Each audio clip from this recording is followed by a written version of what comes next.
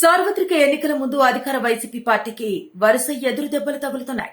ఇప్పటికే టికెట్ దక్కని నేతలు, అసంతృప్తిగా ఉన్న నేతలు వరుసగా పార్టీని వేడుతుండగా తాజాగా టికెట్ హామీ ఉన్న నేతలు సైతం వైసీపీని వేడుతున్నట్టు సమాచారం.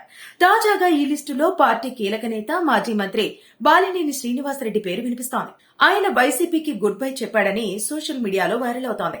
వచ్చే ఎన్నికల్లో పార్టీ అధిష్టానం బాలినేనికి ఒంగోలు అసెంబ్లీ టికెట్ ఖరారు చేశారు. అయితే ఆయన తన టికెట్ తో పాటు ఒంగోలు ఎంపీ సీటు విషయంలో పట్టుపడుతున్నారనే విషయం అందరికీ తెలిసిందే.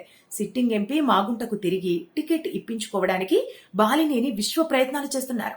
2019 ఎన్నికలకు ముందు మాగుంటను టీడీపీ నుంచి వైసీపీలోకి తీసుకురావడంలో ఆయనే కీలక పాత్ర పోషించారు.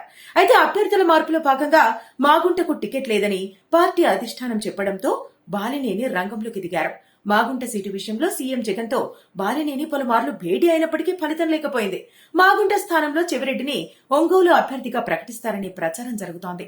అయితే దీనిపై మరోసారి సీఎం జగన్ ను కలవడానికి సీఎంఓ కార్యాలయానికి వచ్చారు బాలినేని. అక్కడ ఆయనకు చేదు అనుభవమే ఎదురైందని తెలుస్తోంది. సీఎం బిజీగా ఉన్నారని కలవరని చెప్పడంతో బాలినేని నిరాశగా వెనుతిరిగారు. ఈ క్రమంలోనే మాగుంటకు సీటు లేదని వైసీపీ పెద్దలు బాలినేనికి తేల్చి చెప్పినట్టుగా తెలుస్తోంది. మాగుంట అంశాన్ని తేల్చేసిన వైసీపీ అధిష్టానం నెల్లూరు, ఒంగోలు కొత్త ఇన్ఛార్జిగా చెవిరెడ్డిని నియమిస్తున్నామని బాలినేనికి స్పష్టం చేశారు. దీంతో ఒంగోలు ఎంపీ సీటు మాగుంటకు కాకుండా చెవిరెడ్డికి ఇస్తున్నారని సమాచారం. దీంతో బాలినేని వైసీపీని వీడటానికి సిద్ధపడినట్టుగా తెలుస్తోంది.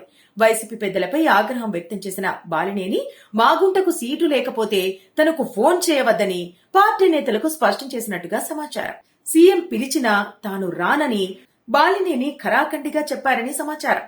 బాలినేనితో చర్చించడానికి ప్రయత్నించినప్పటికీ ఆయన వైసీపీ నేతలకు అందుబాటులో లేరని సమాచారం. దీంతో ఆయన విజయవాడ నుండి హైదరాబాద్ కు ఉన్నట్టుండి బయలుదేరారని తెలుస్తోంది.